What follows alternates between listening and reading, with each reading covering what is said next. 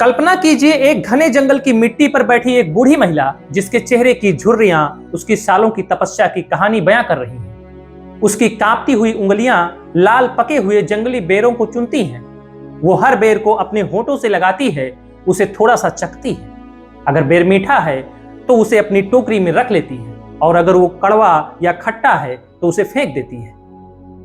वो ऐसा किसी अनादर के भाव से नहीं बल्कि इस डर से कर रही है कि कहीं उसके आराध्य उसके राम को कोई कड़वा फल न खाना पड़े। जब भगवान राम उसके आश्रम पहुंचते हैं तो वो बूढ़ी मां सबरी अपने आंसुओं से उनके चरण धोती है और फिर वो बड़े ही संकोच और असीम प्रेम के साथ पत्तलों से बनी दोना आगे बढ़ाती है जिसमें रखे हैं वो आधे चखे हुए यानी जूठे बेर। लक्ष्मण ये देखकर हैरान रह जाते हैं कि कोई मर्यादा पुरुषोत्तम को जूठा भोजन कैसे दे सकता है, लेकिन राम मुस्कुराते हैं और बड़े चाव से उन जूठे बेरों को खाते हैं, मानो उन्होंने ब्रह्मांड में इससे मीठी कोई चीज आज तक चखी ही ना हो। यह कहानी हमारे दिलों में इस कदर बसी हुई है कि जब भी निस्वार्थ भक्त की बात आती है तो सबरी के बेर सबसे पहला उदाहरण बनते हैं। यह प्रसंग हमें सिखाता है कि भगवान को नियमों या छुआछूत से कोई सरोकार नहीं है, वह तो सिर्फ प्रेम के भूखे हैं। लेकिन क्या होगा अगर हम आपसे कहें कि यह भावुक कर देने वाला दृश्य जिसने करोड़ों लोगों की आंखों में आंसू ला दिए वो उस मूल रामायण में है ही नहीं जिसे ऋषि वाल्मीकि ने लिखा था। जी हां, आपने बिल्कुल सही सुना। ना तो हजारों साल पहले संस्कृत में लिखी गई वाल्मीकि रामायण में इसका कोई जिक्र है और ना ही गोस्वामी तुलसीदास जी द्वारा रचित सुप्रसिद्ध रामचरितमानस में सबरी के बेर चखने की कोई बात कही गई है। रामचरितमानस के मूल पाठ में बेर शब्द का सीधा उल्लेख नहीं है बल्कि कंद मूल फल का वर्णन मिलता है। अगर हम दोहे को देखें तो दोहा कुछ इस प्रकार है, कंद मूल फल सुरस अति दिए राम कहुआन प्रेम सहित प्रभु खाए बारंबार बखान। इसका भावार्थ यह है कि सबरी जी ने अत्यंत रसीले और स्वादिष्ट कंद मूल और फल लाकर श्री राम जी को दिए। प्रभु ने उनकी बार बार प्रशंसा करते हुए उन्हें अत्यंत प्रेम के साथ खाया। तो फिर यह जूठे बेर की बेहद खूबसूरत और क्रांतिकारी कहानी आई कहां से? किसने इस कहानी को हमारी आस्था का इतना बड़ा हिस्सा बना दिया? आइए चलते हैं इतिहास के पन्नों के उस सफर पर जो हमारी भक्त के इस सबसे बड़े रहस्य को उजागर करेगा। इस रहस्य को समझने के लिए हमें समय के पहिए को लगभग 2000 साल पीछे घुमाना होगा, जहां हम मिलते हैं आदि कवि वाल्मीकि से। वाल्मीकि रामायण के अरण्य कांड में जब हम सबरी के प्रसंग को पढ़ते हैं तो वहां सबरी की छवि एक लाचार या अशिक्षित महिला की नहीं है। वाल्मीकि जी ने उन्हें एक परम सिद्ध योगिनी, तपस्विनी और शास्त्रों की ज्ञाता के रूप में प्रस्तुत किया है। जब राम और लक्ष्मण उनके आश्रम में कदम रखते हैं तो सबरी पूरे वैदिक नियमों और आदर सत्कार के साथ उनका स्वागत करती है। वो राम को कंद मूल और फल अर्पित करती हैं जिन्हें उन्होंने पंपा सरोवर के वनों से बहुत ही सावधानी से इकट्ठा किया था, लेकिन वहां फलों को चखने या उन्हें जूठा करने का कोई उल्लेख नहीं है। सबरी के फल पूरी तरह से शुद्ध और अछूत थे। तो फिर बदलाव की शुरुआत कब हुई? दोस्तों, जैसे जैसे सदियां बीतती गईं, भारत के अलग अलग कोनों में स्थानीय भाषाओं में रामायण लिखी जाने लगी। लगभग 1000 साल पहले तमिलनाडु में लिखी गई कंबन रामायण में सबरी राम को देखकर भक्त के आंसुओं में डूब जाती है, लेकिन यहां भी जूठे फलों का कोई जिक्र नहीं है।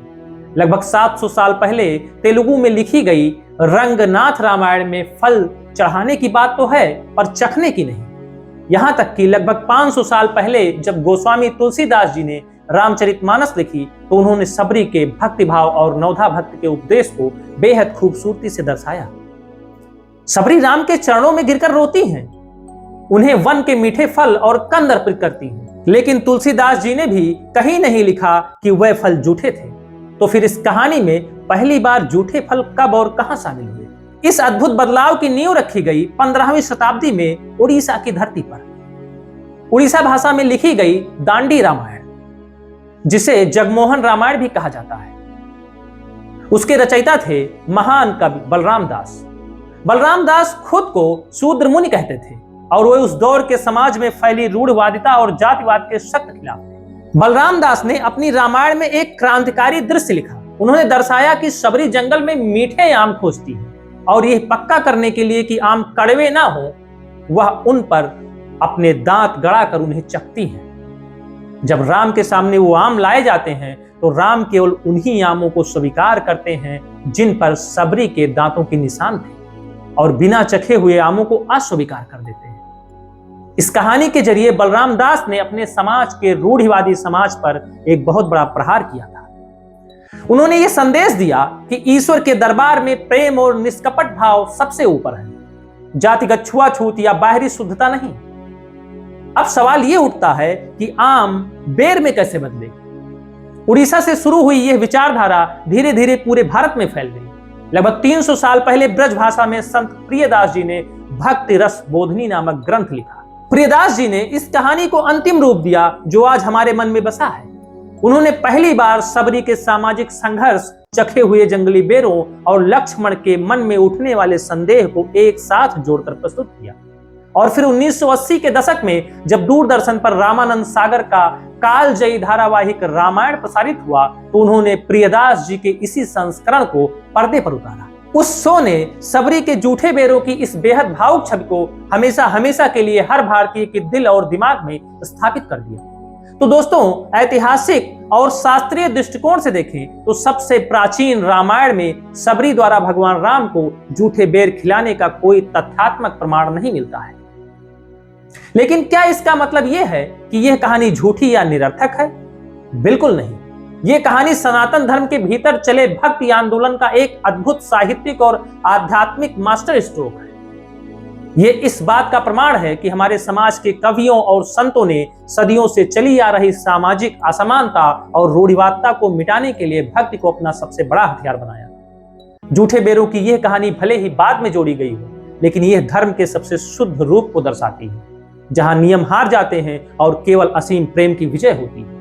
सबरी की कहानी हमें सिखाती है कि हमारी आस्था बाहरी आडंबरों से नहीं बल्कि दिल की पवित्रता से मापी जाती है। आपको क्या लगता है, क्या नियमों से ऊपर उठकर किया गया निस्वार्थ प्रेम ही सच्ची भक्ति है? अपने विचार हमें नीचे कमेंट में जरूर बताएं। अगर आपको यह ऐतिहासिक और आध्यात्मिक विश्लेषण पसंद आया हो तो यह वीडियो शेयर करें, हमारे चैनल को सब्सक्राइब करें और वीडियो को लाइक करना ना भूलें। धन्यवाद दोस्तों। जय श्री राम।